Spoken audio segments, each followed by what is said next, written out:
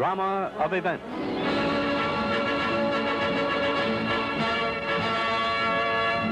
Tonight, witness the new beat.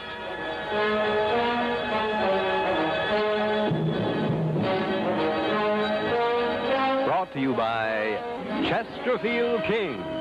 Taste great because the tobaccos are Chesterfield King.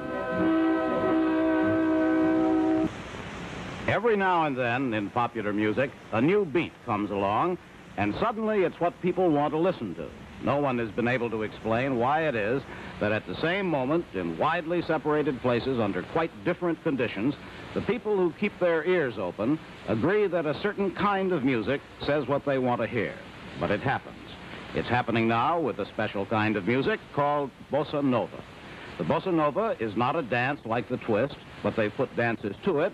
It comes from Brazil, but it is not folk music. It's not jazz either, but there's jazz in it. And like jazz, it has a vocabulary and an outlook of its own. Bossa Nova is hard to describe, but perfectly identifiable. These days, it's also practically unavoidable. Bossa Nova, from Brazil to Carnegie Hall, is the subject of tonight's Eyewitness Report. Your correspondent, Charles Collingwood.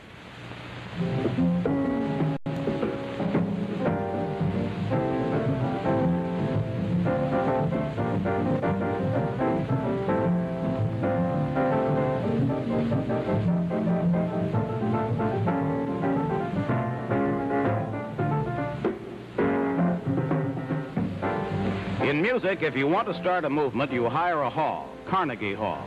The music is by a young piano player named Oscar Castro Neves and his quartet, one of several groups sent up here by the Brazilian government to spread the word and the sound.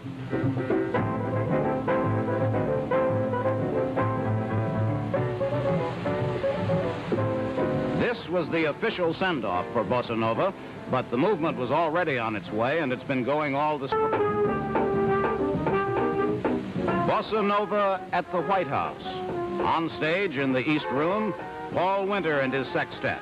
They came back from a State Department tour of South America playing the new beat, and that young arbiter of American taste, Jacqueline Kennedy, gave it her cool blessing.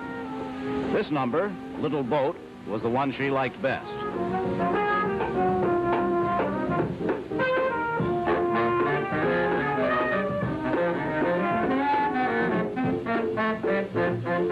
White House or frat house, the Winter Sextet and Bossa Nova seem to have found a home in both places.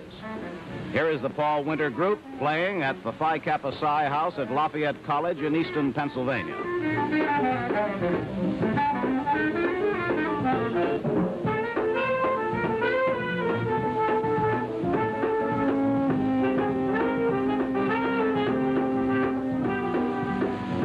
If you're really with this music, you just listen. You feel it, but you don't show it. That's the code of the music and the cult called Bossa Nova.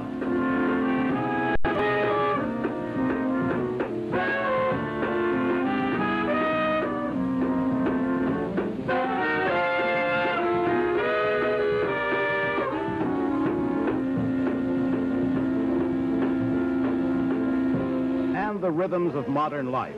Out of them, they have made Bossa Nova, and they have made it a part of their lives.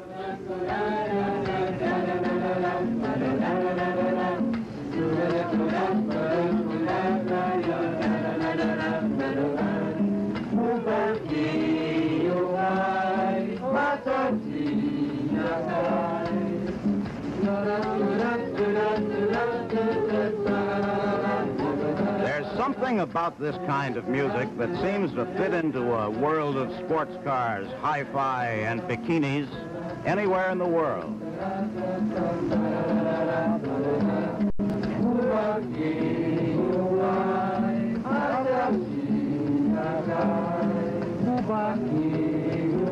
If you lived in Rio, you could have heard Bossa Nova coming, like correspondent Charles Carrault. The Bossa Nova's been hanging around in this alley in Copacabana for a long time, a new cult waiting for some members.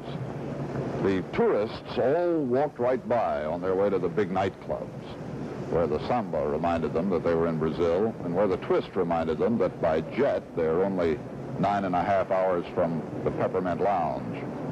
That left this place, the Bottles Bar, to the kids, the ones with the expressionless faces and the understated way of smoking a cigarette. But nice, romantic kids, not at war with anybody, like the music in the Bottles Bar.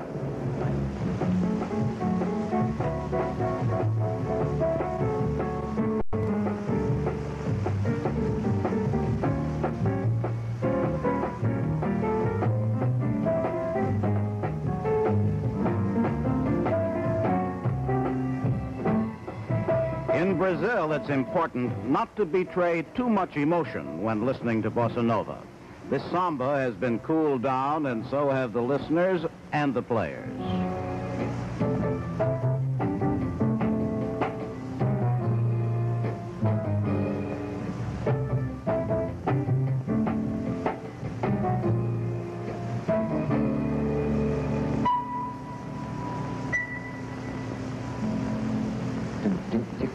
One of the heroes of the new wave is Antonio Carlos Jobim, who wrote Desafinado, the bossa nova theme song. In New York, he paid a visit to one of his heroes, progressive jazz musician Jerry Mulligan. Eyewitness reporter Philip Scheffler sat in with them as a listener. In some way or other, the bossa nova, at least the name, if not the music, has already made quite an impact in the United States. Do you like what you see? I do, and I don't.